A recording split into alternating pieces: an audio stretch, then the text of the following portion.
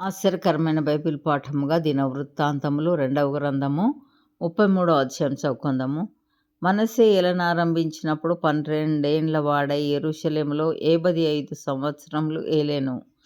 ఇతడు ఇశ్రాయేలీయుల ఎదుట నుండి యెహోవా వెళ్ళగొట్టిన అన్ని జనులు చేసిన హేయ క్రియలను అనుసరించి యెహోవా దృష్టికి చెడు నడత నడిచెను. ఇతడు తన తండ్రి అయిన హిజ్కియా పడగొట్టిన ఉన్నత స్థలములను తిరిగి కట్టించి బయలుదేవతకు బలిపీఠములను నిలిపి దేవతా స్తంభములను చేయించి ఆకాశ నక్షత్రములన్నిటినీ పూజించి కొలిచెను. మరియు నా నామం ఎన్నటెన్నటికీ ఉండునని యెరూషలేమునందు ఏ స్థలమును గూర్చి యెహోవా సెలవిచ్చెనో అక్కడ యెహోవా మందిరమందు అతడు బలిపీఠములను కట్టించెను. మరియు యెహోవా మందిరపు 2 ఆవరణములలో అతడు ఆకాశ నక్షత్ర సమూహమునకు బలిపీఠములను కట్టించెను.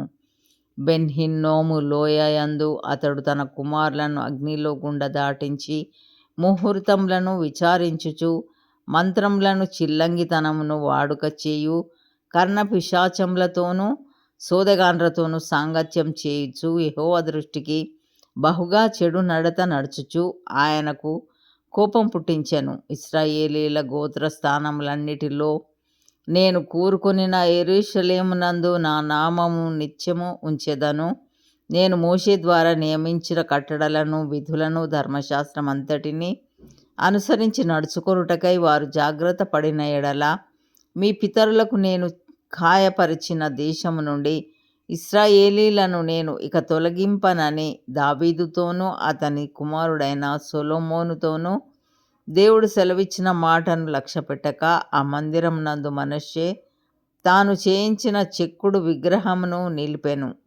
ఈ ప్రకారము మనష్షే యూదావారిని యెరూషలేము కాపురస్తులను మోసపుచ్చిన వాడై ఇశ్రాయేలీల ఎదుట ఉండకుండా యెహోవా నశింపజేసిన అన్యజనుల కంటెను వారు మరింత అక్రమముగా ప్రవర్తించున్నట్లు చేయుటకు కారకుడాయెను. యెహోవా మనష్షేకును అతని జనులకును వర్ధమానములు పంపినను వారు చెవియొగ్గకపోయిరి. కాబట్టి యెహోవా అష్షూరు రాజు యొక్క సైన్యాధిపతులను వారి మీదికి రప్పించెను. మనష్షే తప్పించుకొని పోకుండా వారు అతని పట్టుకొని గొలుసులతో బంధించి అతనిని బబులోనునకు తీసుకొని పోయిరి. అతడు శ్రమలో ఉన్నప్పుడు తన దేవుడైన యెహోవాను బతిమాలుకొని తన పితరుల దేవుని సన్నిధిని తన్ను తాను బహుగా తగ్గించుకొని ఆయనకు మొరలిడగా ఆయన అతని విన్నపములను ఆలకించి యెరూషలేమునకు అతని రాజ్యంలోనికి అతని తిరిగి తీసుకొని వచ్చినప్పుడు యెహోవా దేవుడై ఉన్నాడని మనష్షే తెలుసుకొనెను. ఇది అయిన తరువాత అతడు దావీదు పట్టణము బయట గీహోనుకు పడమరగా లోయయందు మత్స్యపు గుమ్మము వరకు ఓఫెలు చుట్టూను బహు ఎత్తుగల గోడను కట్టించెను. మరియు యూదా దేశంలోని బలమైన పట్టణములన్నిటిలోనూ సేనాధిపతులను ఉంచెను. మరియు యెహోవా మందిరం నుండి అన్యుల దేవతలను విగ్రహమును తీసివేసి యెరూషలేమునందును యెహోవా మందిర పర్వతమునందును తాను కట్టించిన బలిపీఠములన్నిటిని తీసి పట్టణము బయటికి వాటిని లాగివేయించెను. ఇదియుగాక అతడు యెహోవా బలిపీఠమును బాగు చేసి దాని మీద సమాధాన బలులను కృతజ్ఞతార్పణలను అర్పించుచు ఇశ్రాయేలీల దేవుడైన యెహోవాను సేవించుడని యూదా వారికి ఆజ్ఞ ఇచ్చెను. అయినను జనులు ఉన్నత స్థలముల యందు ఇంకను బలులు అర్పించుచు వచ్చిరి గాని ఆ అర్పణలను తమ దేవుడైన యెహోవా నామమునకే చేసిరి. మనష్షే చేసిన ఇతర కార్యములను గూర్చి అతడు దేవునికి పెట్టిన మొరలను గూర్చి ఇశ్రాయేలీల దేవుడైన యెహోవా పేరట అతనితో పలికిన దీర్ఘదర్శులు చెప్పిన మాటలను గూర్చి ఇశ్రాయేలు రాజుల గ్రంథమందు వ్రాయబడి ఉన్నది.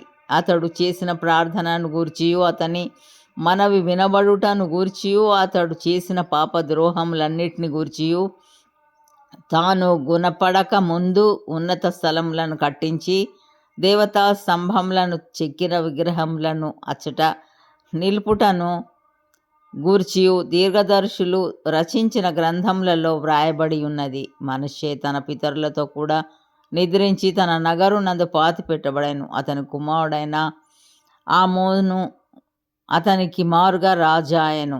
ఆమోను ఏలనారంభించినప్పుడు ఇదివరకు 22 వాడై యెరూషలేములో 2 సంవత్సరములు ఏలెను. అతడు తన తండ్రి అయిన మనష్షే నడిచినట్లు యెహోవా దృష్టికి చెడు నడత నడిచెను. తన తండ్రి అయిన మనష్షే చేయించిన చెక్కుడు విగ్రహములన్నిటికీ బలులు అర్పించుచు పూజించుచు తన తండ్రి అయిన మనష్షే గుణపడినట్లు యెహోవా సన్నిధిని పశ్చాత్తప్తుడు కాకను గుణపడకను ఈ ఆమోను అంతకంతకు ఎక్కువ ద్రోహ కార్యములను చేయుచూ వచ్చెను.